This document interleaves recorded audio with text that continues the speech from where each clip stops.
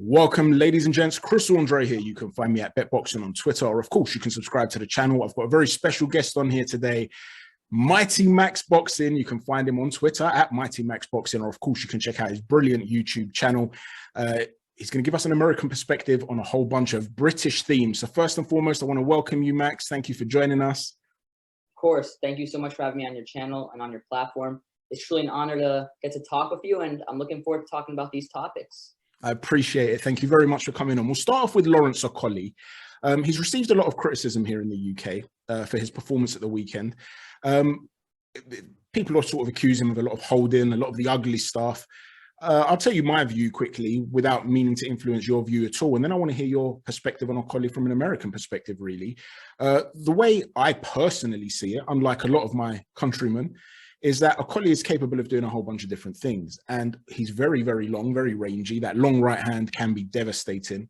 He's very difficult to get on the inside against. When you do get on the inside those long levers, I don't think he has a mid-range game. But up close, I think he's very good. He leans on you, he wears you down, he can stop you from working, tying you up and things like that. And so you have to work so hard to get inside. Then when you get inside, you're trying to fight an octopus, like a monster that won't let you operate. So for me, I understand that he's not aesthetically beautiful fighter to watch, but he's very effective. But I'm in the minority here in the UK. People realize that he's very good, very difficult to beat, but he's not popular, whereas I'm a big fan. But what is your opinion on him from an American perspective? Well, I think Lawrence Okolie is a very talented fighter. I mean, he surprised me against Glowacki. I wasn't surprised he won. I was surprised how dominantly he won, how sharp he looks. Now, I don't think Lawrence Okolie is the most entertaining fighter, and I've criticized him in the past, but I find it funny that people want to criticize him now, acting like they're surprised he's had this type of performance. We've seen him have many performances similar to this, such as the Chamberlain fight and the Matty Askin fight. This is not a big surprise to me whatsoever. Now, I don't think he's the most entertaining fighter, and I don't know if I'd ever really truly get excited for an Okolie fight, even if he did fight Bradis just off of his style. But I do have to admit, he is a very good fighter. He's very entertaining. I wish that there was a way he could limit his holding, because I think his outside game is very crisp. It's very, very solid. But he's definitely not the most entertaining fighter to watch. He holds a lot, but at the same time, I see why he does it, as you mentioned. But I like Okolie, but he's not a fighter I'm necessarily excited to watch. And I think a lot of fans and people agree with me, mainly because he clinches way too much. But when it comes to him against Maris Bridis, I still favor Bridis in that fight, but I don't think it's, some sort of 70-30, 80-20 fight. In my opinion, that's a 50-50 fight, and a fight Okolie could definitely win. I think aside from Bradis, I would pick Okolie to beat all the guys at cruiserweight. I'd pick him to beat Makabu. I'd pick him to beat Machunu. Dordikos is a 50-50. I'd love to see it, but I do think he's a very good fighter and he's a very worthy champion, but I'm definitely not the most entertained by his style. Do you think in some regards he's a little bit like a cruiserweight Vladimir Klitschko in a sense, and that he won't translate well to the American market?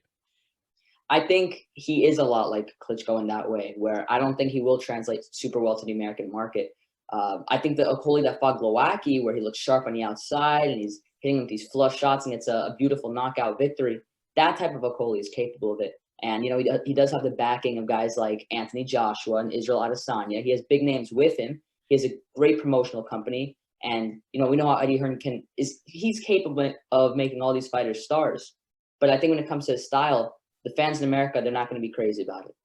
And the thing is with the Glowacki fight, Glowacki's unable in a way to come inside. He had quite a wide stance. He would lean back, almost trying to lure Okolie in. So Okolie was happy to stay at range, and he did look a lot more fluid since his link up with Shane McGuigan, and he looked good in that fight.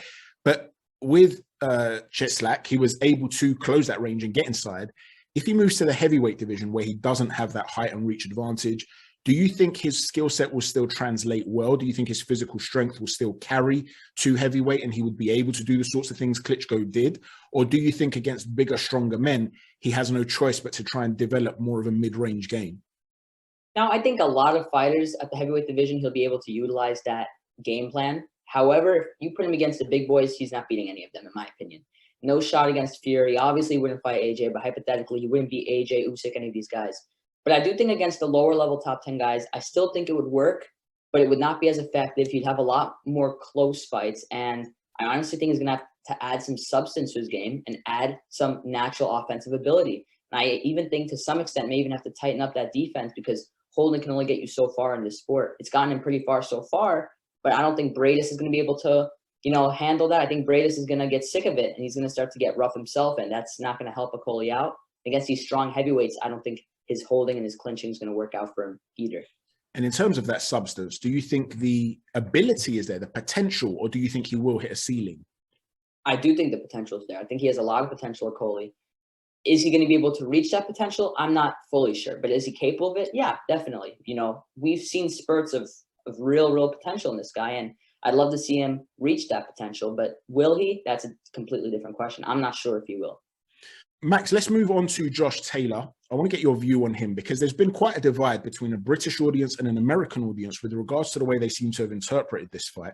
Here in the UK, it seems to be that this was a big robbery in the eyes of many people. That was a very one-sided fight. Even those that felt that it was fairly close in terms of rounds, the majority felt that because Catterall built up such a big lead and then there was that knockdown in the second half of the fight, that was quite evident as to the fact that Catterall needed a knockout. Sorry, Taylor needed a knockout.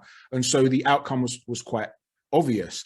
In America, though, there seems to be a different take on this. Andre Ward had Taylor 3-1 up after 4 rounds. Teddy Atlas felt that Catterall edged it, but didn't think it was a particularly bad robbery. He felt it was a close fight. I wanted to get your view on this. Do you think it was a big robbery? How did you score the fight? And just give us your take on it. Well, after this fight happened, I had Catterall winning the fight 113-112 by a point. And after 4, I had him up 3-1. I honestly think those 4 rounds are the main rounds that are causing divide between fans. I think depending on how you score those 4 rounds, how you score the fight. And I think the consensus is that Catterall won 3 of the 4, but I don't think there were three clean, crisp, clear rounds. I think they were convincing rounds, but I could see a way where someone could have given Taylor 1 of them. Not 2, but maybe 1 of them, even though it's a bit of a stretch. So do I think it was a robbery? I'm not sure. Do I think the wrong man won? Yes. I think the wrong man definitely won. I thought Catterall deserved the victory for sure. But I think the term robbery is used so loosely. I mean, you look at these scorecards, 113-112. I mean, that's as close as it gets. Yes, I think they were a convincing 113-112. I don't think there were many swing rounds in there, but I could see if you had a swing round there. And honestly, people are talking a lot about the judges being bad in this fight. In my opinion, I think the referee is really what ruined this fight for both fighters. Taking unnecessary points, not taking points potentially when they need to, stopping the action, breaking the action. I think that's really what ruined the pace of this fight. And yes, I thought Catterall won it, and he should be the undisputed champion. And I don't believe that nonsense about you having to beat the champion to become the champion. To win a fight, all you have to do is win a fight, and that's how I look at it. However, is it a massive robbery of the year? I saw someone on Twitter post biggest robbery in UK boxing history. No way, not even close to any of those, in my opinion. It's interesting that there is such a vast divide between an American audience and a British audience on this. In terms of going forward, I know you also mentioned on your own video that you would like to see a rematch. That would be the fight you would like to see. But let me just ask you, Josh Taylor has come out and he said he's willing to give a rematch, but at 147 rather than at 140. That would mean it would not be for the belts. Obviously, if Jack Catterall was to take that rematch and win that, it's a great scalp, I guess you could say, to have on the CV, but it wouldn't bring the sort of silverware, the gold that he would have been hoping to get. His stock has already risen. His stock would rise further, no doubt, but then he would probably want to come back down to 140. If not, and he stays at 140, they'll probably make him mandatory for the vacant belt should Josh Taylor seek to relinquish them, which is what appears that is going to occur. What do you think he should do in that regard? Should he take a fight against Taylor at 147? Should he stay at 140? How do you see it? It's a tough call. I really think he should look at what type of money is offered. Because in my opinion, I think a big reason why Taylor had such a tough fight is because he was cutting so much weight. And if the fight's at 147, I really believe it'll be a much, much easier night for Josh Taylor. Won't be some sort of beatdown, but it's not going to be the type of fight it was first time around, in my opinion. I think Catterall, if I was in his shoes, I would try to negotiate where I could get the fight at a catch weight, where I could still get the undisputed titles, while Taylor doesn't have to complain about being drained. But at the same time, if he's fighting for, say, a vacant WBO or WBC against someone like Ramirez, I doubt he's going to get offered anywhere near as much money as he'd make against Josh Taylor. So in my opinion, look at the offers, think this one out, get your accountant with you and negotiate, because I would not make any quick decisions on this one. This is something he'd have to think about long and hard. If I was in his shoes, as I said, I'd try to get the fight out of catchweight so I could still get those belts. But I don't know how the whole catchweight situation is with belts, but that's what I would try to do. But if he's getting offered a lot, like millions to fight Taylor at 147, go for it. Go for it. And in terms of, like I said, we're looking for an American perspective here. In terms of his stock rising, if Catterall was to fight Ramirez, for argument's sake, and he was to lose that fight, he gave a decent account of himself, but there was a clear winner, say. would there be the viewpoint, do you believe, that, okay, he just had a very good night against Josh Taylor, his real level is much lower, we're not going to clamour for another shot at a title for him to see one? Or do you think people will say, well, listen, this guy's definitely a top dog, he just happened to lose to another top dog, and we really want to see Catterall against Prograis, for instance? How do you think it would be interpreted if he was to take that risk and actually lose? Well, I think if he does make it competitive but loses convincingly, I still think that the fans in England would love him. I mean, they've always shown support for guys, even if they can't walk away with the victory in the big fights. And Jack Catterall, if he gives a good account of himself against Ramirez, doesn't get blown away in a few rounds, maybe goes even the full 12, wins a few rounds, I think they'll still support him. And I still think they'll be trying to make some of these big fights. I mean, Prograis, I definitely think that's realistic. I mean, Prograis is fighting a guy that lost to Jack Catterall next in Tyrone McKenna. So I think the UK fans will still embrace Catterall. They would still admire him as a fighter. And they'd still want to see him get more big opportunities if he was able to make it a fight against Ramirez. And in terms of Josh Taylor, you're right, he was struggling at the weight. He looked like an extra from The Walking Dead, to be honest with you. But if he was to go up to 147, a big part of his game, I mean, listen, he's a very good boxer at range. There's no doubt about it. I don't think he's an elite boxer at range, but he's a good boxer at range. His inside game, though, is his bread and butter. In my humble opinion, that's where he really excels. Would his skill set be able to translate to 147? Do you think he would have the physical strength to do what he does at 140?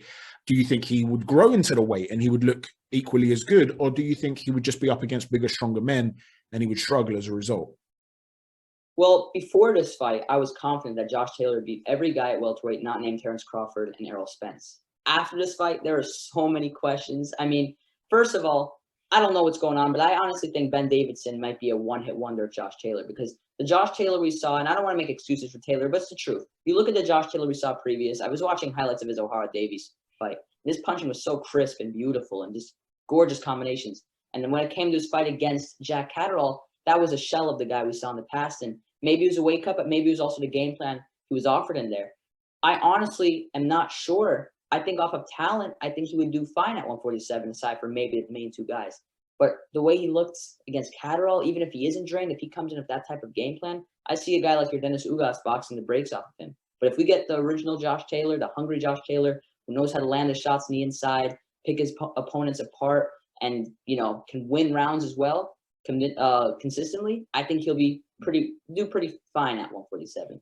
That's interesting that you say that. You see, I'm a big fan of both Shane McGuigan, who was his previous trainer when he fought O'Hara Davis, and Ben Davison. I think Ben Davison, along with Lee Wiley, who is his performance analyst there, I think they're a great team, very scientific. They break everything down. But I do agree that in terms of the actual game plan, something that I said on my own video, there were certain errors that he was making, in my opinion, against a southpaw, which he should have really adjusted to earlier. And if he wasn't reading it in the ring himself, I'm sort of wondering why it wasn't given to him as instruction from the corner. I mean, just to touch briefly upon that, Jack Catterall was coming in behind that shoulder, and you could see that as Josh Taylor was entering, and he was in this sort of angle where he was behind the shoulder, he was looking for the uppercut beneath the armpit almost, when it was quite clear if he'd gone with a hook over the top of the shoulder, he would have been finding a home for it. And instead he was coming with a shovel hook. And had he started to adjust, as he did later on in the fight, to start to throw that hook over the shoulder, if you then see Jack Catterall start to hide behind the shoulder by dipping, he opens himself up to the right hook. And again, that's an adjustment that became far too late in the fight. And I'm just wondering why that was the case. So I understand that a lot of people have been critical of Davison. I'm personally not ready to sell him down the river. I do think he's talented. But are you suggesting that if you were an advisor to Josh Taylor, you would ask him to leave Ben Davison? He needs a new trainer. Would you wait and see? If he waits and see, is it too much of a risk? Because if he slips up again, then it can really damage him as an entity in the sport. How do you interpret that relationship? Well, it's interesting because I actually agree with you. I do think Ben Davidson's a good trainer, and I actually had a very hot take last year and had him as my trainer of the year in 2021, which not many did. So I don't think he's a bad trainer, but I'm just not sure Josh Taylor's style fits him. I mean, I love what he's done to Filet Wood. I mean, he looked excellent against Zucam. Best he's ever looked in his career, pulled off a big upset. And even Josh Taylor, I like what he did against Ramirez. He looked sharp in that fight. Obviously got that first round KO against a guy from Thailand. So he looked good early, but honestly, I'm starting to question if this is really something he should be doing long term. Now, if I was one of his advisors or managers or promoter, I'm not sure if I'd tell him to kick Ben Davison, but I would definitely advise for him to maybe add some new people to the team and mix it up a little bit, because If this is the same Josh Taylor we get in a Catterall rematch or against even Crawford, oh my goodness, he would get battered. This isn't this is not the Taylor of old. This is not the Taylor that we should be getting in these big fights. So if he stays with Davison, I apologize, he should get someone that can add something to that camp. One thing I definitely can't imagine happening is Davison accepting someone else coming into camp. He does have a bit of an ego, I think a lot of people would say. Maybe the way to go, perhaps, something I'd suggest, is if he goes up to 147, something that I'm sure they'll be willing to do anyway, is to have a couple of guys who are very beatable, you know, guys that are of a much lower level, transitional fights, I guess you could call them, and see if what they're working on does continue to work. He has seemed to struggle a little bit with southpaws. He had some problems with Prograis as well. Maybe getting a guy who's a southpaw who's of a much lower level than where he wants to operate at, just to work on a few things. That might be the way they want to go. But I'm personally not ready to sort of give up on Josh Taylor. A lot of people have been saying he's overrated. Just to clarify, you do rate him, don't you? You don't consider him to be... Of course. I've been high on Josh Taylor for a bit, and I mean, there's no way anyone could be calling a guy who's gone undisputed the hard way by beating elite guy after elite guy overrated. And I honestly think that that's not the Josh Taylor bold, because how can a guy who beat Regis Prograis, Jose Ramirez, Ivan Baranchik, all these guys, and no offense to Jack Catterall, he proved all of us wrong. He is a solid guy and a guy that deserves another big fight. But how can that guy lose in almost everyone's mind to Jack Catterall? It's hard to picture. And you know, I think he's earned it the hard way, Josh Taylor. He has so much grit. His boxing is beautiful, so crisp. He has power. He can fight. He has a chin. I'm definitely not willing to give up on, or ready to give up on Josh Taylor. Well, moving on from Josh Taylor, because obviously the judging, like I said, was interpreted very differently here in the UK and in the United States. In the UK, it was considered, like I said, a big robbery. And Frank Warren has suggested that he doesn't want British judges for the Tyson Fury-Dillian White fight. Would you actually be concerned about British judges? They're both big stars here. Or do you think this is just a bit of meddling, some mind games from Frank Warren? How do you interpret that comment? Oh, this is definitely mind games. I mean, no, this is one. Okay, they've been having bad decisions from British judges for all these years. Why is now the time that they care about it? It's definitely mind games of some sort. I mean, Frank Warren, they know that Dillian White's not going to outbox Tyson Fury or win a decision. There's only real chance of beating Fury is hitting him with a perfectly timed shot or just stopping him in general. I think the term of not getting British judges, it's so unnecessary. I mean, if this fight goes 12 rounds, there's going to be no discussion on who won. It's going to be a wide Fury victory. So wanting to get rid of British judges in total makes no sense at this time, especially for a fight that won't really matter who's judging. So I don't know. I think it's kind of unnecessary for him to be saying that. And in terms of Dillian White and Tyson Fury, do you think, you've obviously alluded to the fact that you feel that the only way Dillian White could win is by knockout. Do you think Fury still has the legs to be able to box and move off the back foot, the sort of Tyson Fury we saw in the first Deontay Wilder fight? Or do you think he'll look a lot more like the Deontay Wilder third fight, where he's a lot heavier on his feet, he's a lot bigger?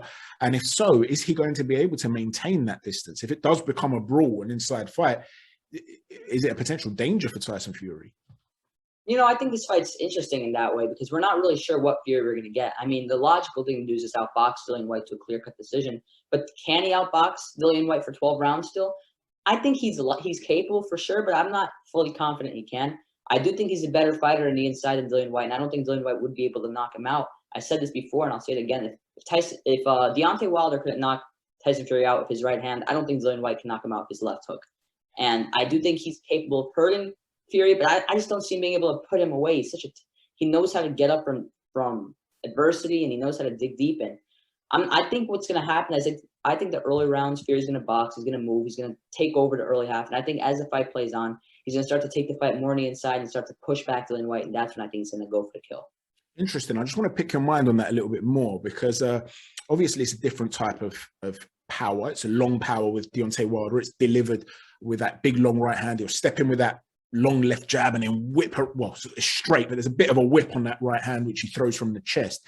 And Tyson Fury was very, very good at seeing it and taking half a step back. And often it was taking a little bit off the right hand. I know he landed that short right hand on the forehead where Fury did go down and get up in that third fight. But generally, he was taking a lot of it off. With Dillian White, he disguises the left hook very well. He's knocked a lot of guys out who did not see that shot coming. So it's a different type of shot. Do you think then that Fury will have the ability to see the shot coming in the same way that he saw the shot coming from Wilder? I mean, the general consensus has been it will be Fury if he can keep it long, but if it gets close, it becomes a war. You don't feel that White can win on the inside. So really what you're saying is he's got a puncher's chance, but that Fury is likely to see that shot coming. Yeah, I believe Fury will be able to see the shot coming. I'm not fully confident he will be, but I'm relatively confident he'll be fine when it comes to seeing the shot coming, especially when he keeps it fighting the outside. When he gets on the inside, it might be a little riskier, but as I said, I don't think he's going to have it on the inside the whole night. I think he's going to wear down Dillian White, tire him out. I don't trust Dillian White's gas tank. He's going to tire Dillian White out. By the time White's tired and he's throwing these left hooks with really no intent of landing it, he's just throwing it out there, I think it'll be much easier to spot, much easier to avoid. And by then, Fury will be lighting him up and not really having to worry about anything. And I think he'll eventually take him out like that.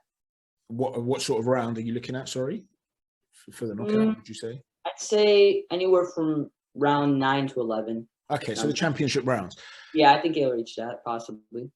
And in terms of the wider heavyweight landscape, how do you see it playing out? I mean, let's say, God willing, everything, de-escalates and we find peace in this world. May God lay his healing hand on the situation and Usyk's okay.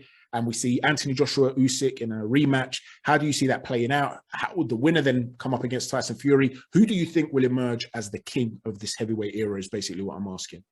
Great question. I think when Usyk and AJ fight, I'm picking Usyk by stoppage. The round really depends on if AJ comes in heavier and tries to knock out Usyk early. I think Usyk will stop him earlier because I think AJ will gas quicker. If he comes in similarly to how he did in the first fight, I think Usyk will stop him late. So I see Usyk getting past AJ. I see Fury getting past White. And man, I hate to be this type of person, but this might be the only big fight in sport where I truly haven't settled on a winner. I really struggle to pick between Fury and Usyk. It's a fight that's so difficult to predict. I've favored Fury in the past, but Usyk has that it factor to where he just finds a way to win, but Fury has that it factor to where he just finds a way to win. So I may have to I say if they'll fight twice. The first fight will be a draw. In the second fight, might go to Fury.